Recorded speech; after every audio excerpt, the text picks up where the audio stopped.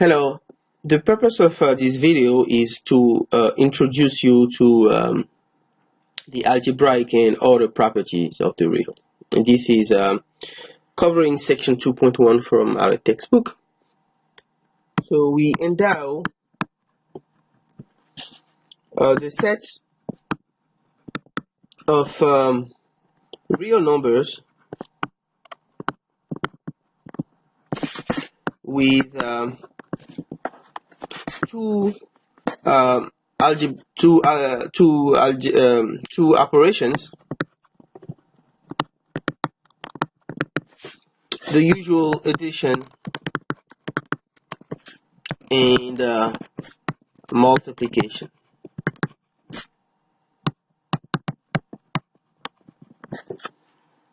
Okay, and we'll have a few axioms here. The first one is A1, says that A plus B is equal to B plus A for any A and B which are real, and this is known as commutativity.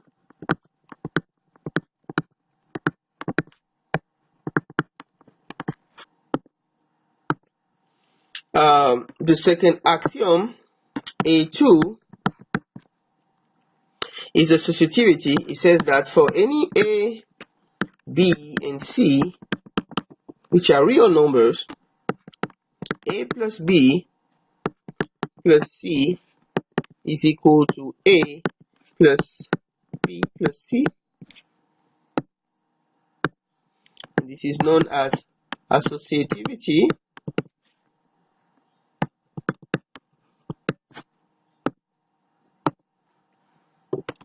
A3, we have the existence of a zero, or in other words, there exists an element in the real numbers which is neutral when it comes to addition. So for any A which is a real number, this number A plus 0 is equal to 0 plus A, which is going to be A. A4 is about the existence of an additive of additive inverses. Additive inverses. In other words, for any real number that exists an element which will denoted by negative A, and this is just a symbol, such that when you combine these two numbers, whatever that number is, with A, when you combine them with addition,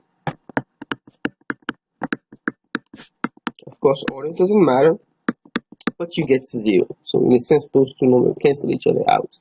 And we said that negative A is the additive inverse of A.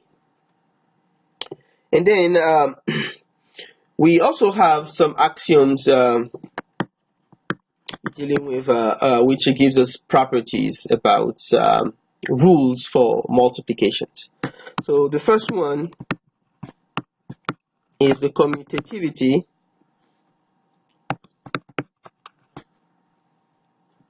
of multiplication. According to this one, for any two real numbers A and B, A times B is equal to B times A. The second axiom for multiplication is associativity of multiplication.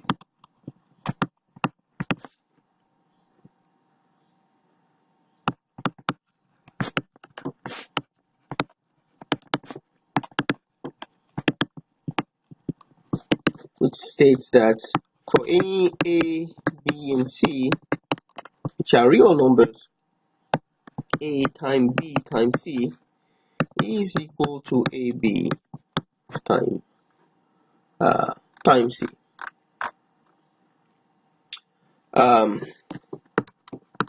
The third property for multiplication is the existence of a multiplicative inverse, a multiplicative identity, a multiplication identity, and this is formalized as follows. For every a which is a real number 1, the number 1 times a is equal to a times 1, which is equal to a. We have existence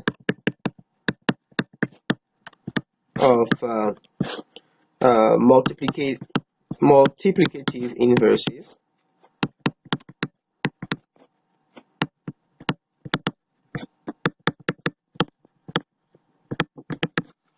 And so that means that for every a which is a real number, and if you assume that a is not also 0, then there exists an element which we denote by 1 over a, which is a real number, such that a times 1 over a is equal to 1 over a times a, which is equal to 1. And we finally have the last property, which is which we'll denote by D, which is called the distributive property of multiplication over addition. And according to this property, for any a, b, and c which are real numbers, a times b plus c is equal to ab plus ac, and b plus c times a is equal to ba plus ca. So all 9 of these axioms are things that we take for granted. We cannot, as we are trying to model the set of 4 real numbers, as we're trying to really understand what is the set of 4 real numbers, we will make some assumptions. And we really want a set of minimal assumptions which will allow us to derive all of the properties that we know the set of 4, or that we have been taught that the set of 4 real numbers possesses. Okay, so so having those 8 axioms, we'll try to prove as many facts as we can about known properties of the real numbers that you have sort of accepted on faith, and we'll try to establish and prove these facts moving forward. First result, we have 3 results here. First, given x and a, which are real numbers, if x plus a is equal to a, then x is equal to 0. B, given u and b, which are real numbers, and b is different from 0, if ub is equal to b, then u will be equal to 1. And C, for every real number a times 0 is equal to 0. All right, so let's get going.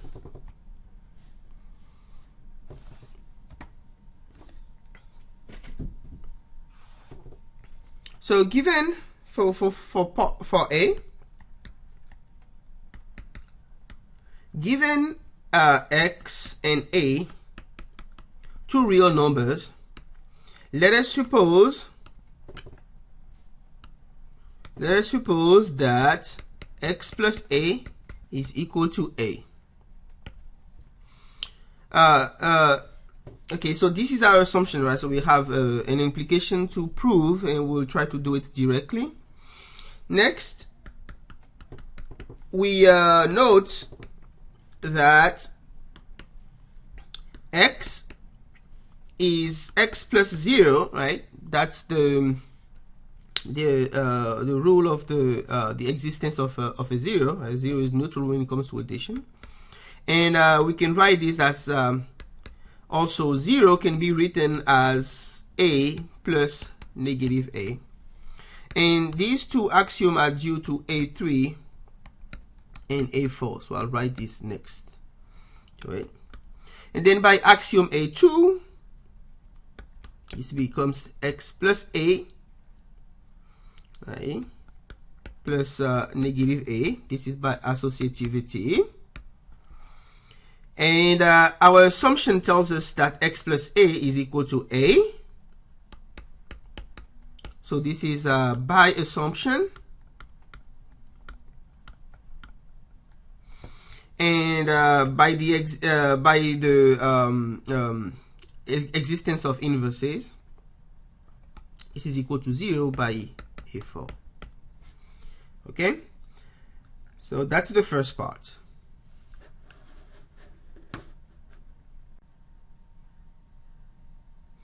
Okay, for part B, we want to show that if u and b are two real numbers and b is not 0, then if ub is equal to b, then u must be equal to 1. Okay, so let's write this. Given u and b, two real numbers, such that b is not 0, let us suppose that ub is equal to b. Now, by M3, we know that u is equal to u times 1. This is by M3, which is then u times b plus times 1 over b. This is by M4. Because b is not 0, it has an additive, it has a multiplicative inverse. Now by associativity, this becomes ub times 1 over b. This is by M2. Okay, and then by assumption, ub is b. So this is by assumption.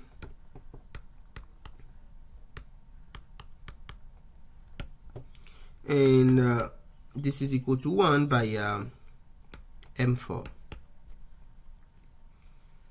All right. Next, we will prove that a times, for any real number, a times 0 is always 0. Okay. So first, we notice that we can write a as a times 1, and we can write 1 as 1 plus 0. So by the way, the first equation is due to M3, and the first one is due to A3. And this can then be written as a plus a times 0, and this is d and M3.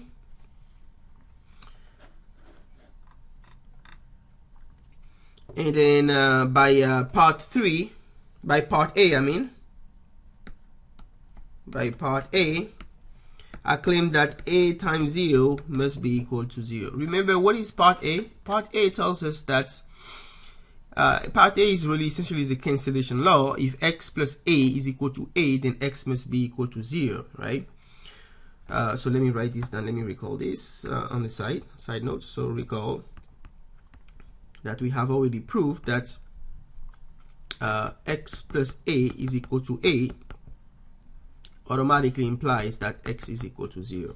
So for us here, we have shown that a is equal to a plus a times 0, right?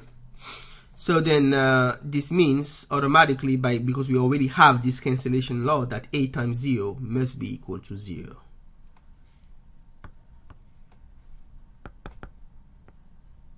A times 0 must be equal to 0, and this is what we want to establish, right? Okay, right. So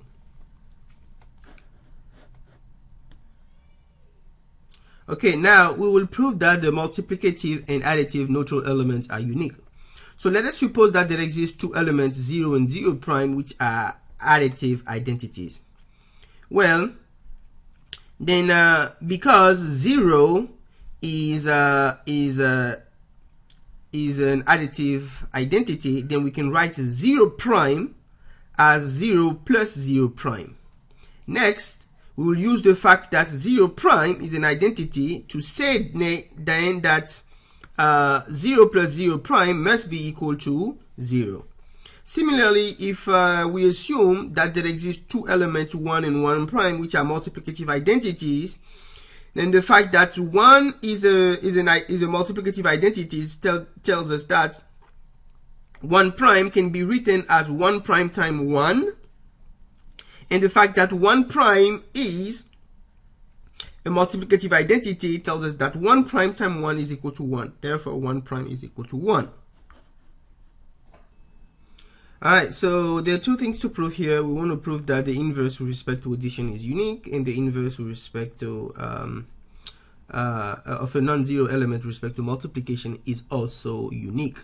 So so for the proof,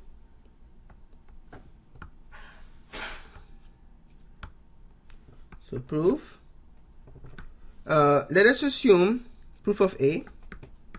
Let us assume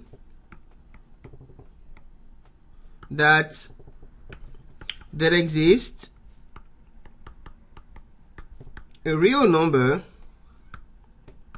There exists a real number A, and also that there exists A prime A second such that A plus A prime is equal to 0, and similarly A plus A second is equal to 0. And we really want to show that A prime must be equal to A second. Then A prime is A second plus A prime, right? Because this is 0. And so A second plus this would then be A second plus A plus A prime by associativity, right? That will be A second plus 0, which is also A second. All right. Next, let us suppose,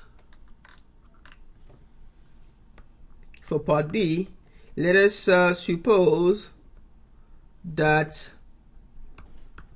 there exists a real number A such that A is non-zero, and there exists A prime and A second such that A prime times A is equal to 1 and A second times A is equal to 1. Then we will have that A prime is equal to A prime times 1, right? Okay. And we also know that 1 is equal to A second times A. By associativity, this is A prime times A second, which is then 1 times A second, which is A second. and this step here is by assumption.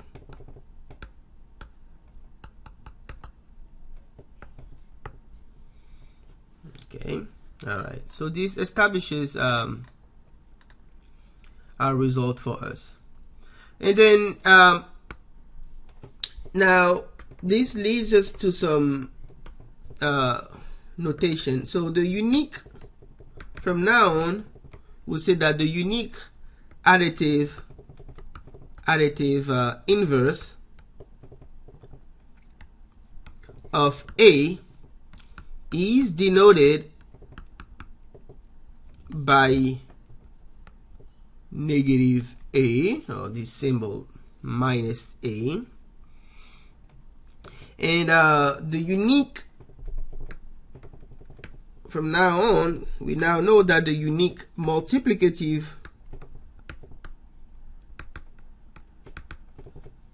inverse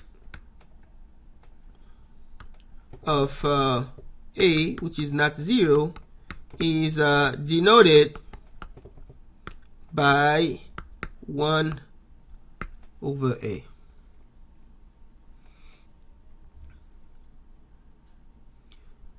Alright. Alright, so here's our next result. Theorem.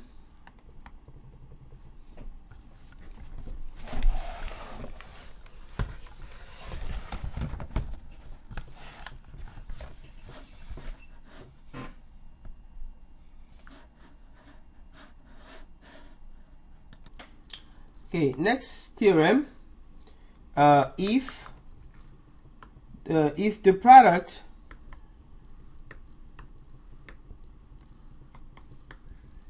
of two numbers is 0, the product of two numbers is 0, then one of the numbers is 0. Proof. Let A and B be two real numbers, and suppose that AB is equal to 0. So there are a few cases here. Case 1, let's suppose that, assume that if A and B, so if A is equal to B and is equal to 0, there is nothing to prove here, because the product AB is automatically 0.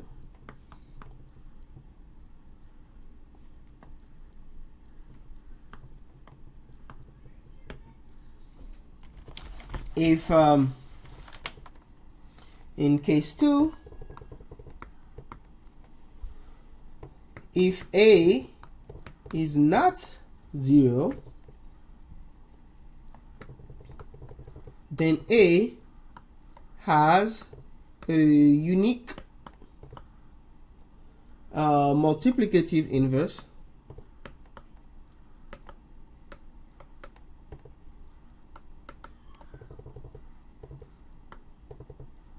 which is denoted by 1 over A.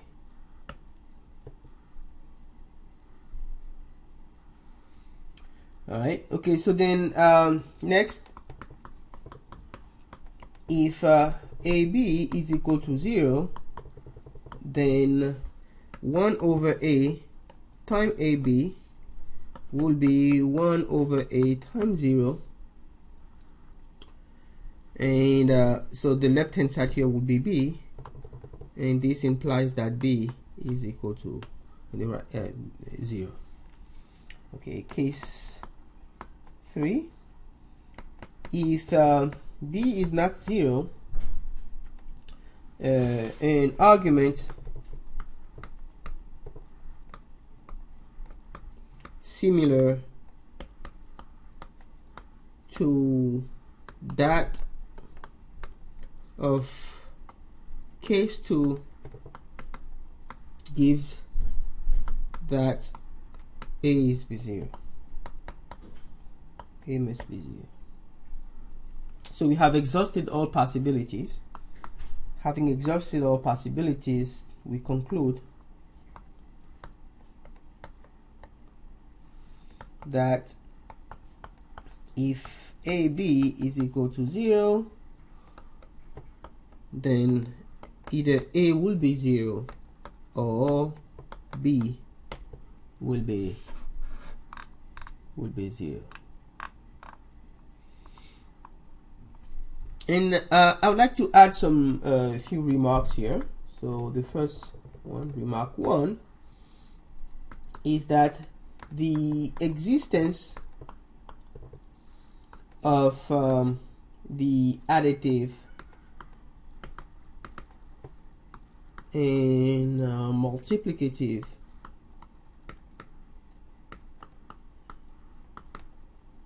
inverses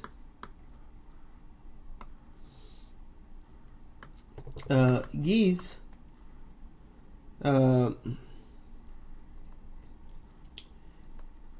rise to two new operations, namely subtraction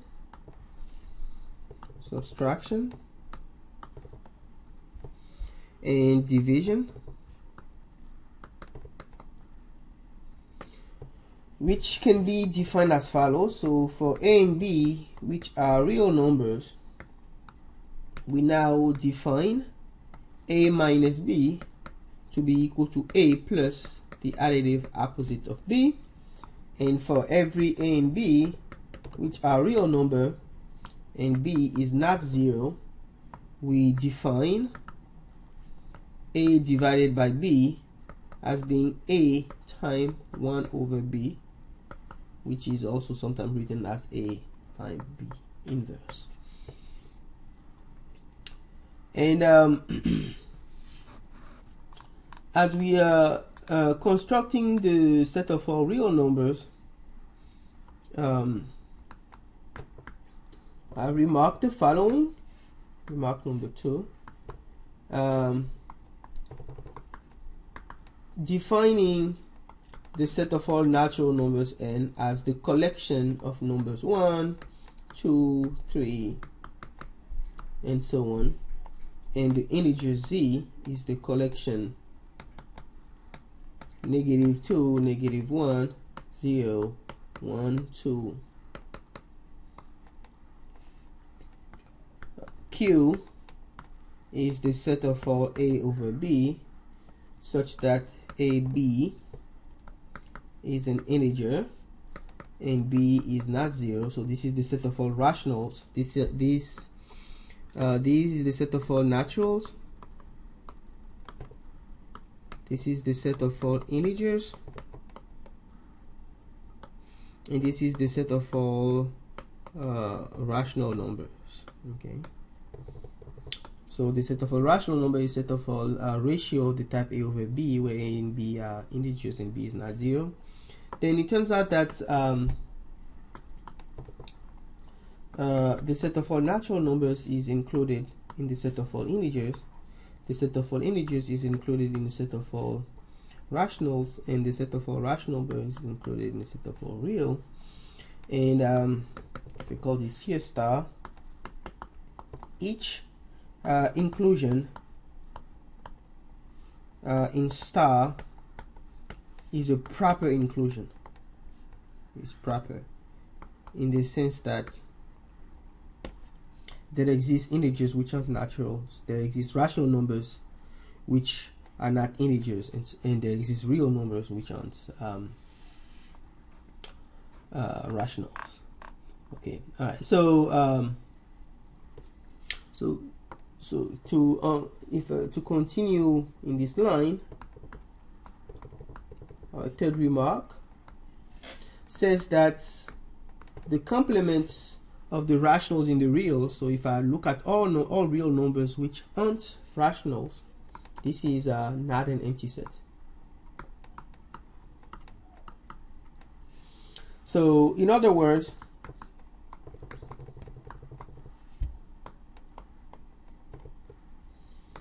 there exist elements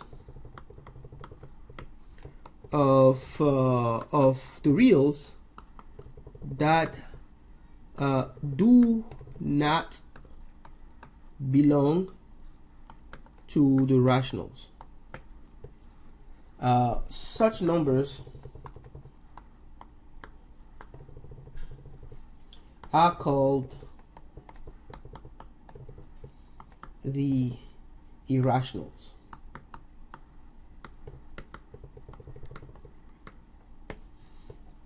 Let us prove this result. So to this end, we will let us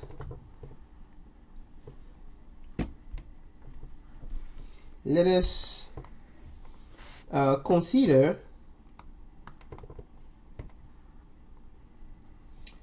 the hypotenuse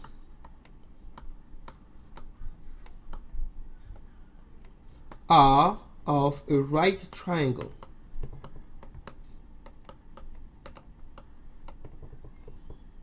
with sides 1 and 1. Then we know, let's also assume the Pythagorean theorem, which if you have had Math 325 geometry, you would have probably proved this already. So let us assume that we believe that the Pythagorean theorem is true. So if you have this right triangle, and this is 1 and then 1, and this is my hypotenuse R, then by the Pythagorean theorem,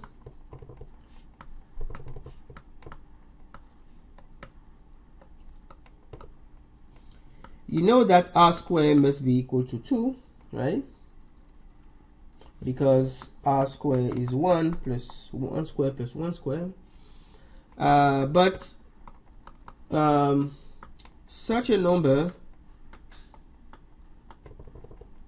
is not a rational number. I claim that this number is not, and by contradiction,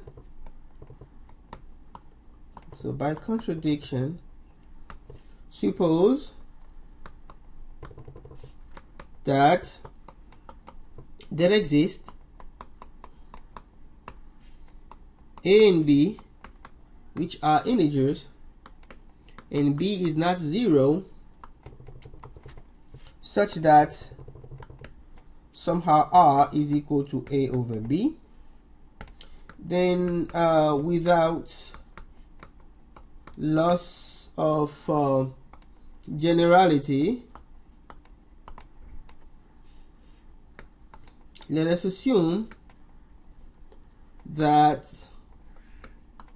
A and B have no common factor. So in other words,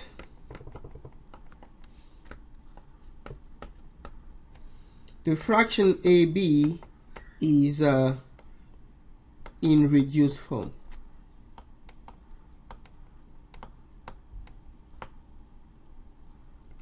Then we know that if you square each side, then we get that R squared must be A squared over B squared, and that must be equal to 2, and A squared must be equal to 2B squared. Right? Okay. So hence, A squared is even, and it follows that A must be even, and we have proved this earlier. So I'm not going to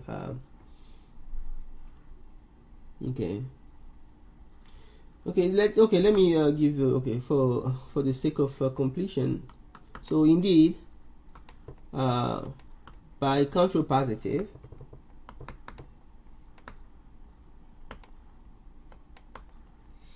if A is odd, then A will be equal to 2k plus 1 for some integer k. Thus a square will be equal to 4k squared plus 4k plus 1, which is odd. Okay. So hence what we have proved so far is that a must be equal to 2l for some integer l, and as such 2b squared is 2l squared, that would be 4l squared, and b squared must then be equal to 2l squared. Thus b squared is even, and as observed earlier,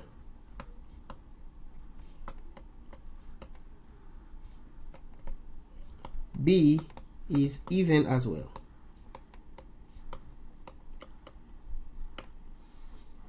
So in summary, 2 divides a and b, contradicting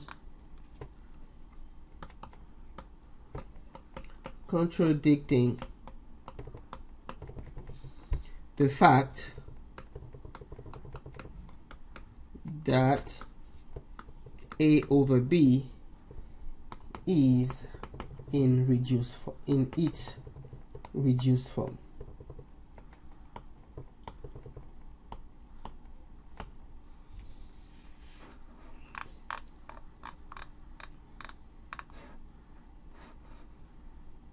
Alright, so the second part of our lesson will deal with the order properties of the reals.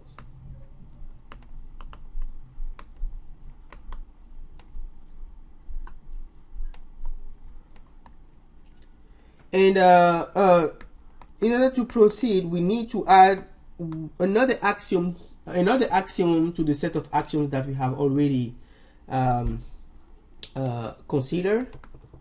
And let me clearly state these axioms for you. There exists a non-empty set, which we denote by P, which is a subset of the reals, called the set of all positive real numbers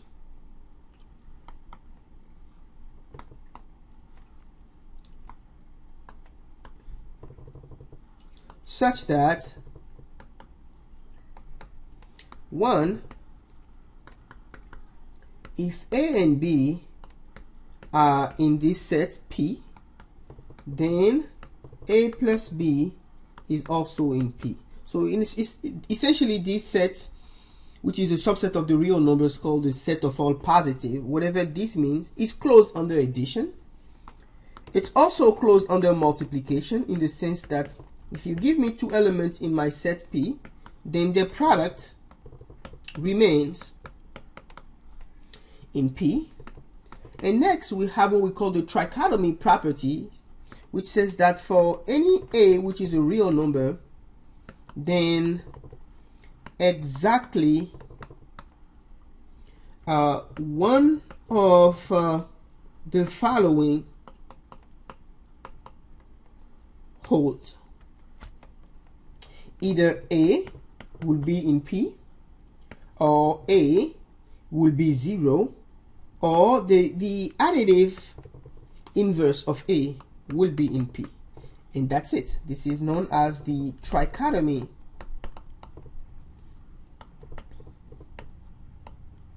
property. This property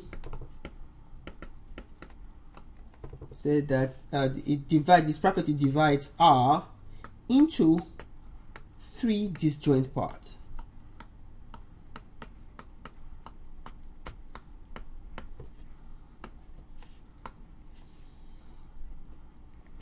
And let's introduce some additional notation here.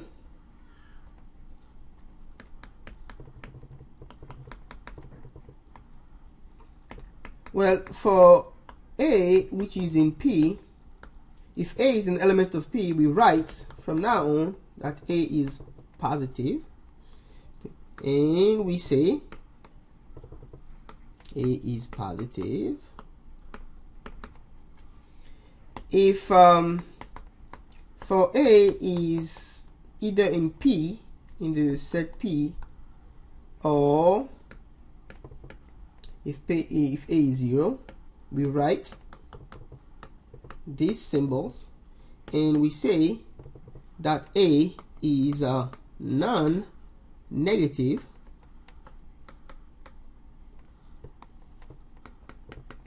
For negative A in P, we write that A is less than 0, and we say that A is negative.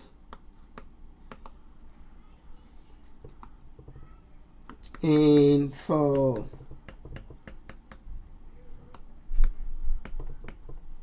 we write that A is less or equal to 0, and we say that A is non-positive.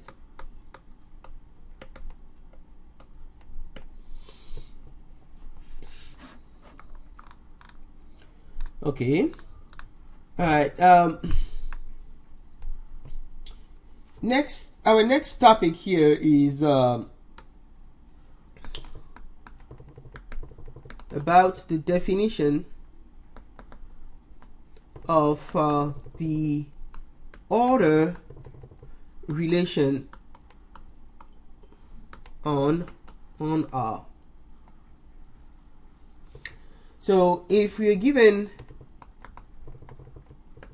A and B, which are real numbers, if A minus B is in P, we write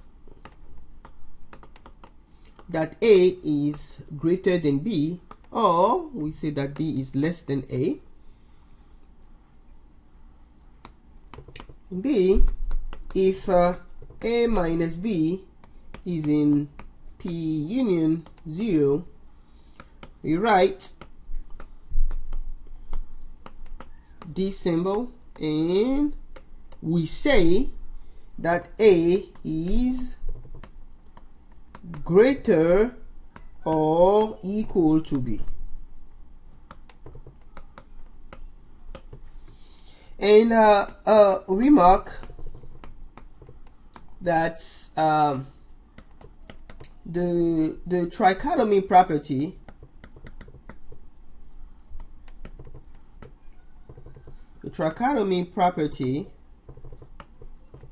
implies that for any two real numbers, say A and B, exactly one of the following three cases holds. Either A is bigger than B, or A will be equal to B, or A is less than B. So if you give me two distinct numbers, only one of these three things will hold. They can be the same, or one has to be bigger than the other, and that's it. This is the order relationship. So the set of all real numbers is an order set. We have an ordering system. We can rearrange the set of all real numbers, all of them on a line, and from left to right, and every element will occupy a unique position in that ordering. All right. Next, our next theorem, which tells us about the compatibility. This is what I call the compatibility between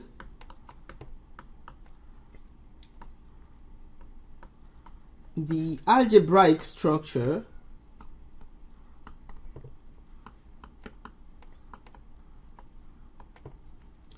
and the order structure of the reals.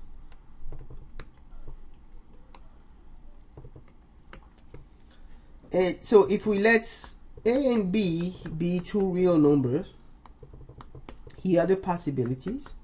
If A is bigger than B and B is bigger than C, then A will be bigger than C.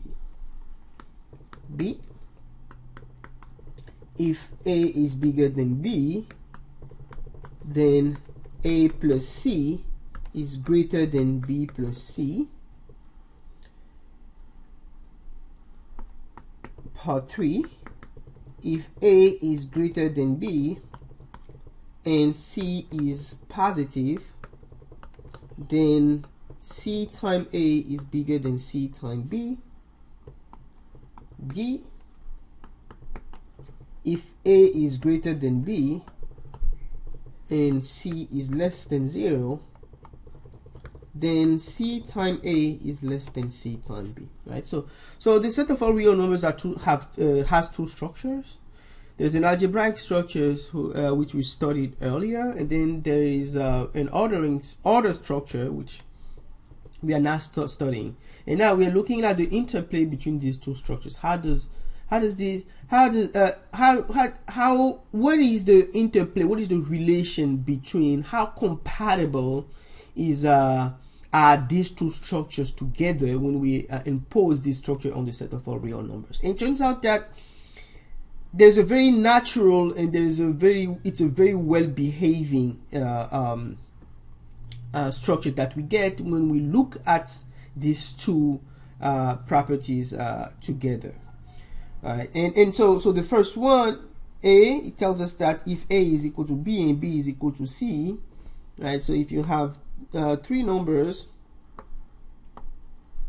have A is equal to B and B is equal to C, then automatically you know that A must be bigger than C. And the other tells you that if A is bigger than B and then you add C on each side, then you preserve the inequality. Okay. The other tells us that if you multiply an inequality by a positive number, part C tells us that if you multiply an inequality by a positive number, let's say C, you preserve the inequality. And part D tells us that if you multiply an inequality by a negative number, you must reverse the inequality. So all of these are things that we already know, but we don't really understand why, maybe. Okay, we have accepted these as facts, and now what we want to do is try to really substantiate these rules that we are already aware of. Okay, so let's get going here.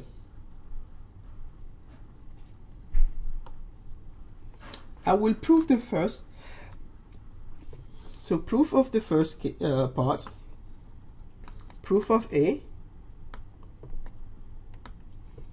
Let us suppose that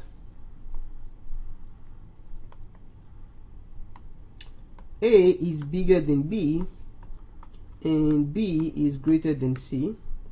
Then we need to show that A minus C is in P, right? So if you want to show that A is bigger than C, right, this is the same thing as really showing that A is greater than C, showing that A is in A minus C is in P is the case. Okay, well, so by assumption,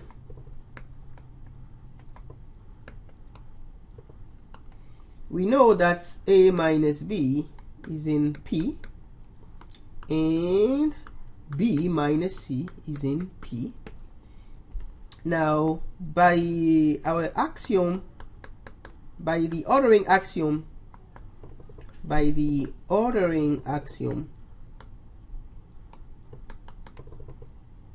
part I. We know that the set P is closed under addition, so then A minus B plus B minus C must be in P. On the other hand,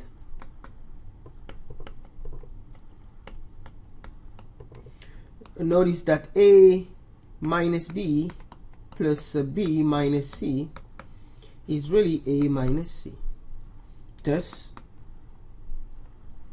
A minus C is an element of P, and consequently, A is bigger than C. Okay, all right. So now we would like to prove that if A is bigger than B, then A plus C must be bigger than B plus C. Okay. So for part B, proof of B, suppose that A is greater than B, then this means that A minus B is in P, and as a result, A plus C minus B plus C, right, which is equal to A minus B, that's in P. Thus, this tells us that A plus C must be bigger than B plus C. Okay, all right. So, and again, you know, one of the important fact that I'm using here is that remember that we say that x minus y is positive, means that x is bigger than y, right? That's the fact that we're using here. All right. Okay. So and now to prove C, so proof of C. Suppose that A is bigger than B and C is positive. So in other words, A minus B and C are both in P. Then okay, next we see that CA minus CB can factor C out. That would be C times A minus B, and that's in P. And by the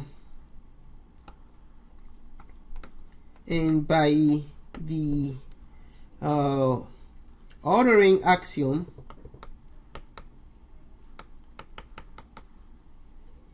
part 2, we get that CA is bigger than CB.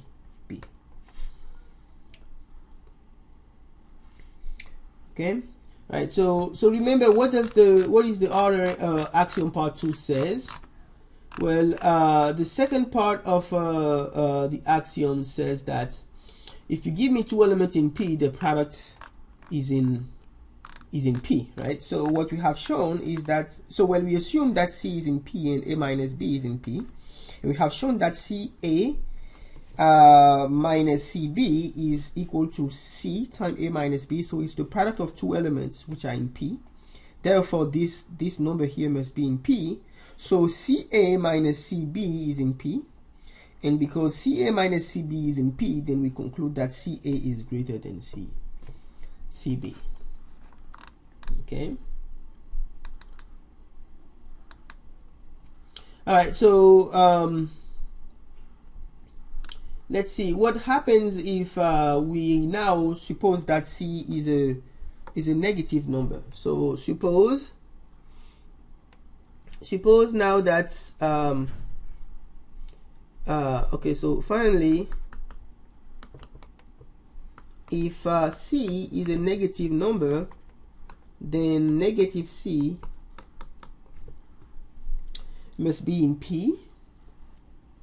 And next, CB minus CA is negative C times A minus B which is in P, and thus CB is greater than CA, and this gives us the desired result.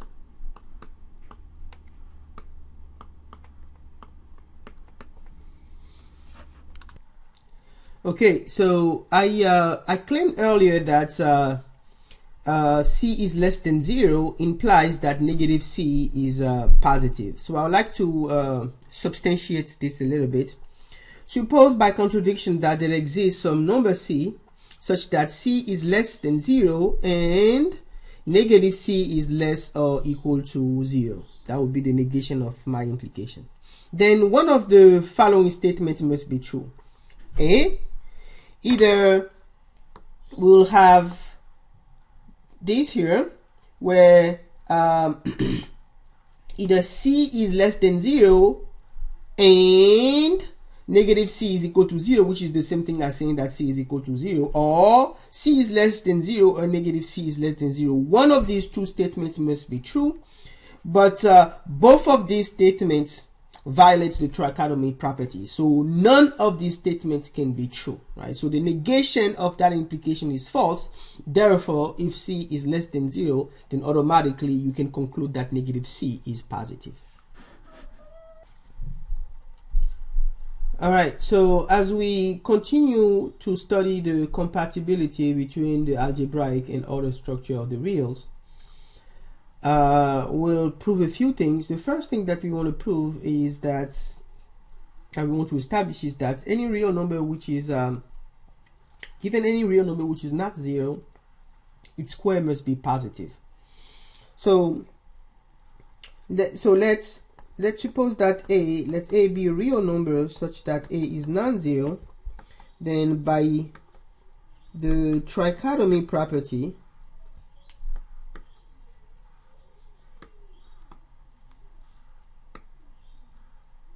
we have that A is in P, or the opposite of A must be in P. And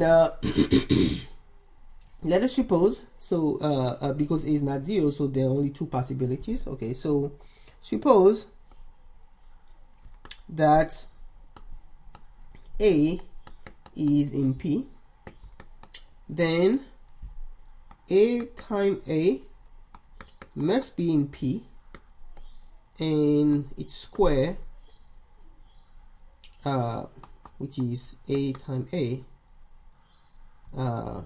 is now positive. Okay, all right, so that's pretty easy to derive. Now we will need to work a little harder for the second case. Suppose that negative A is now in P. That's the second case. Then by the closure of P under multiplication, then negative A times negative A is in P. Next, I claim that negative A is actually negative 1 times A. And to verify this, we proceed as follows. We will really want to show here that the opposites, the additive opposite of negative 1 times A is A, right? So let's add them up together and show that we get 0. All right, so we need to verify that negative 1 times A plus A is going to be 0, right?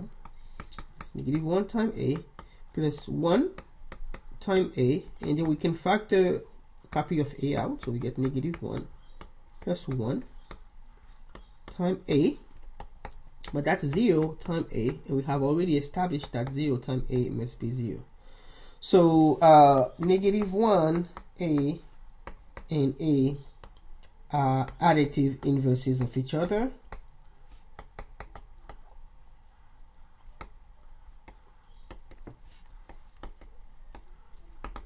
So we can then say that negative 1 times A is indeed negative A. All right, so Okay, so now, well, in negative a by the uniqueness of additive inverses, which we have already established. So now next, then we can then write negative a times negative a as negative 1 times a times negative 1 times a, and that's negative 1 square times a square. And I claim next that negative 1 square must be equal to 1. So indeed, given a real number x, if you take I want to show that if you multiply that real number by negative 1 square, you should get that x back, right? Alright, so we got negative 1 times negative 1 by definition times x. But this is the opposite of the opposite of x, and I claim that this must be x. Okay, I would like you to verify for yourself why this is true. So I'm not going to make any additional comment about that. Try to explain to yourself why that's the case. Moving forward,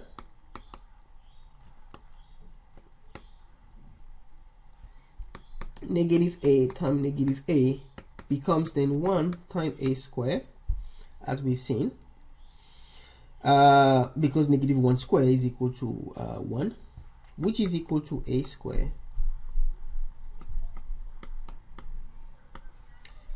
which is in P. All right. Okay, because so if you remember, if you think about what we were doing, we want to show that if a is in P, then a square must be in P. So we have shown that negative a times negative a is just a squared, and because negative a is in P, then by the closure of P under multiplication, we get the desired result. All right. So for part B, so our next theorem says that 1 is bigger than 0. I know this is an almost laughable fact, but if you think about it, we don't really understand. So far, there's nothing that we have accepted on faith that 1 is bigger than 0, but we don't really know why, right? So by definition, I claim that by definition, this is the proof. By definition, 1 is not 0. Why? Because 0 does not have a multiplicative inverse, while 1 is its own multiplicative inverse. So they can't be the same thing. Okay. So by definition, 1 is not 0, and according to our previous result,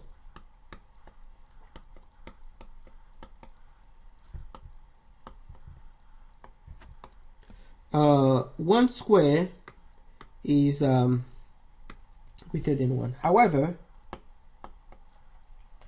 1 square is equal to 1. Therefore, 1 must be bigger than 0. Okay. Now our next theorem says that if n, given any natural number, so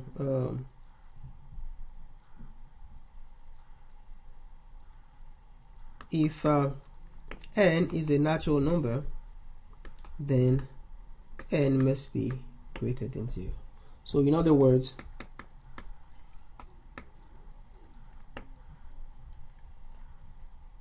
n is greater than 0 for all natural number n.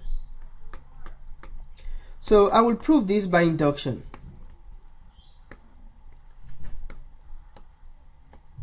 By induction, the base case which for us is that 1 is greater than 0, has already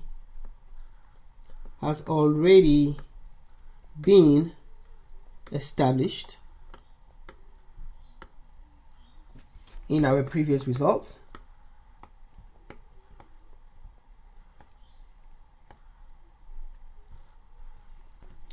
Okay, now so for the inductive step,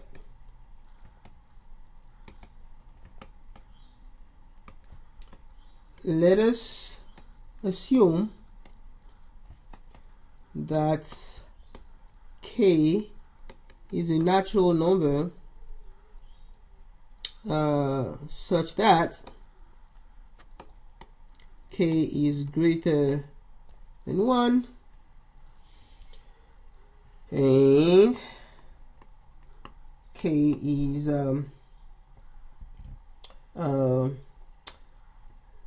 bigger than 0. Now, since k and 1 are both in P, by the axiom which states that P is closed under addition, we have that k plus 1 is now bigger than 0. So we have in fact proved our inductive step. Therefore, by the principle of mathematical induction,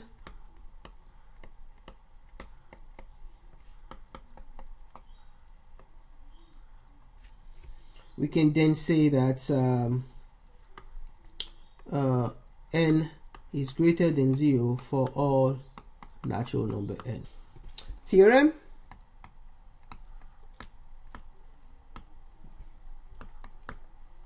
if a and b, the product of a and b is positive, then either a is positive, b is positive, or a is less than 0 and b is less than 0. So suppose that a times b is positive, then so suppose that a times b is greater than 0, then a must be non-zero, right? And consequently,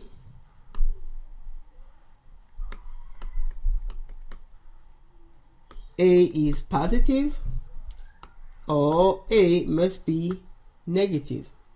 So case 1, suppose that a is positive, then 1 over a can be greater than 0. You can pause the video here and try to explain to yourself why this is the case before I show you. All right, so otherwise 1a times a will be negative, right? If 1 over a was less than 0, and this is equivalent to 1 being less than 0, which we have seen is not true.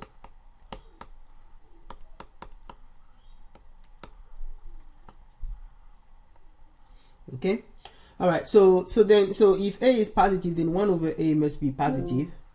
Next, since AB is positive and 1 over A is positive, then the product AB time 1 over A must be positive. That's multiplying. So I multiply this inequality by 1 over A on the left side and on the right side, and this is equivalent to the fact that B is greater than 0. Case 2, suppose that A is negative, then 1 over A must be negative, otherwise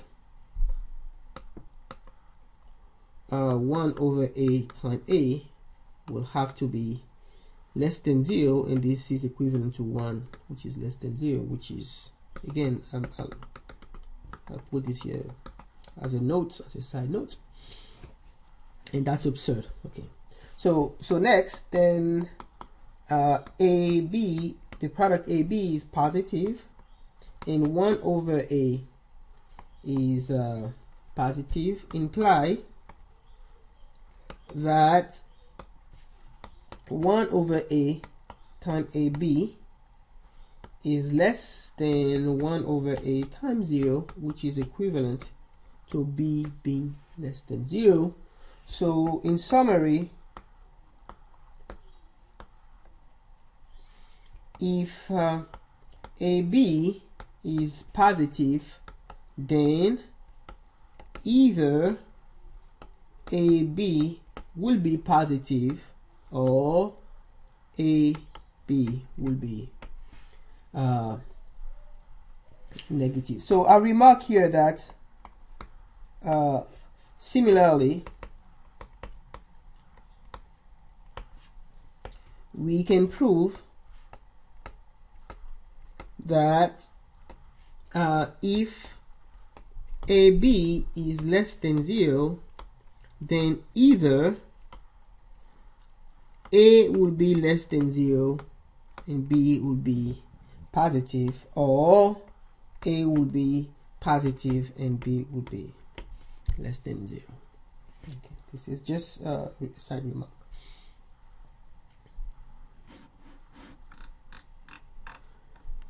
And our next theorem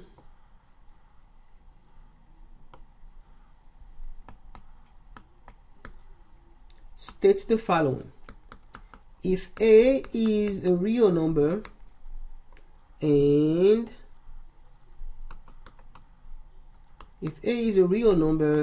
somehow 0 is less or equal to A, which is less or equal to epsilon, for every epsilon which is positive, then A must be equal to 0. This is a pretty important result, and we'll often use this kind of argument, so pay attention to it. So suppose that there exists A, which is a real number, such that this holds for every epsilon positive, and somehow A is not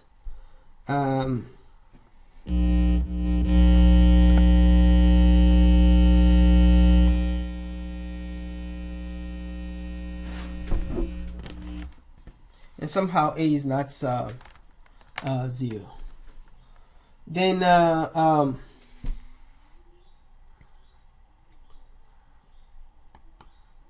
Then clearly A must be positive, right? Because A is less or equal to 0, and we said that A is not 0, so A must be positive. Next, I will let epsilon naught be half of 2, and by assumption epsilon naught is positive, and it follows that 0 is less than a, which is less than epsilon naught. This is equivalent to 0 is less or equal to a, which is strictly less than a over 2, and thus 1 over a times a must be less than 1 over a times a over 2. So I'm multiplying this inequality by 1 over a, and this implies that 1 must be less than 1/2. Next, 1 being less than 1/2 is equivalent, by multiplying this inequality by 2, that's equivalent to 2 being less than 1, which is equivalent to 2 minus 1 being less than 0, which is equivalent to 1 is less than 0. And this contradicts something that we have already proved, which is not true. All right, so this is a proof by contradiction. We have proved that the negation of the implication cannot be true. And I would like to end this lecture by introducing you to some famous inequalities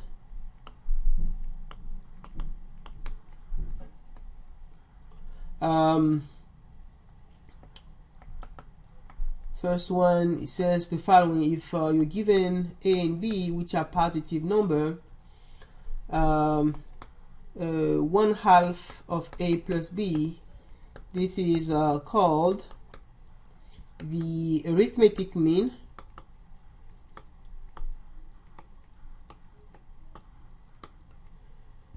And square root of a b is called the geometric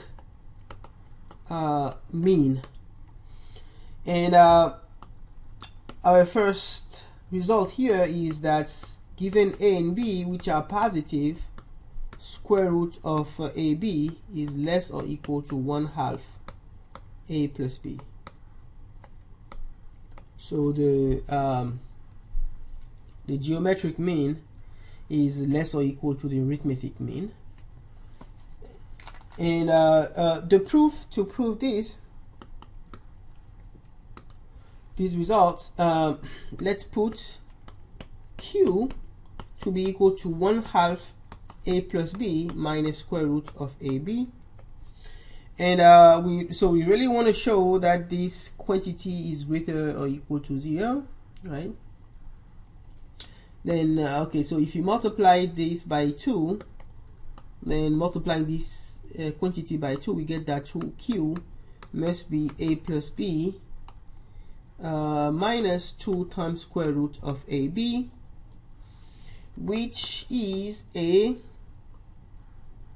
minus 2 square root of a times square root of b plus b, which is square root of a minus square root of b square, which is of course greater or equal to 0. So since 2q is greater or equal to 0, then q must be greater or equal to 0, and as a result 1/2 times a plus b has to be greater or equal to square root of ab.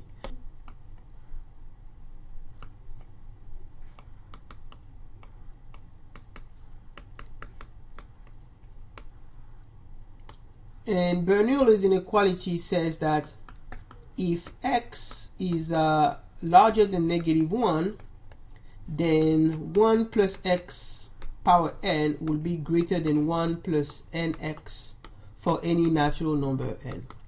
And this inequality is quite useful because it takes an expression which is a little bit hard to handle sometimes, like a power 1 plus x power n, and then estimate that expression by some linear expression of the type 1 plus nx, which is a little easier to deal with. And because of the nature of the statement, we'll prove this by induction. Since when n is equal to 1, it's clear that 1 plus x power n is just 1 plus x, and that's in fact just 1 plus x. So that's true. So next, for the inductive step, let us suppose that 1 plus x power k is greater or equal to 1 plus kx. Let's suppose that this inequality holds for x greater than -1 and some natural number k, where k is greater than 1. Then 1 plus x power k plus 1 is 1 plus x power k times 1 plus x, and this is greater than 1 plus kx times 1 plus x. Okay, so we have that's 1 plus x power k, by this is greater than 1 plus kx by the inductive hypothesis.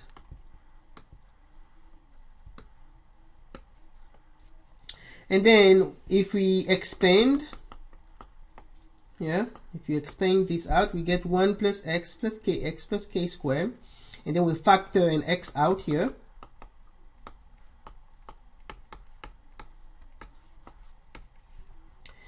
And of course, this quantity here, because k squared plus x squared is positive, then this quantity here is going to be bigger than k plus 1 times x plus 1, since k squared x squared is greater than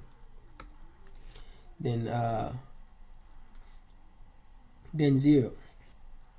So then we can then conclude. So 1 plus x power k plus 1 is greater than 1 plus k plus 1 x, and we then conclude that when x is greater than -1, 1 plus x power n is greater than 1 plus nx for every natural number n. All right.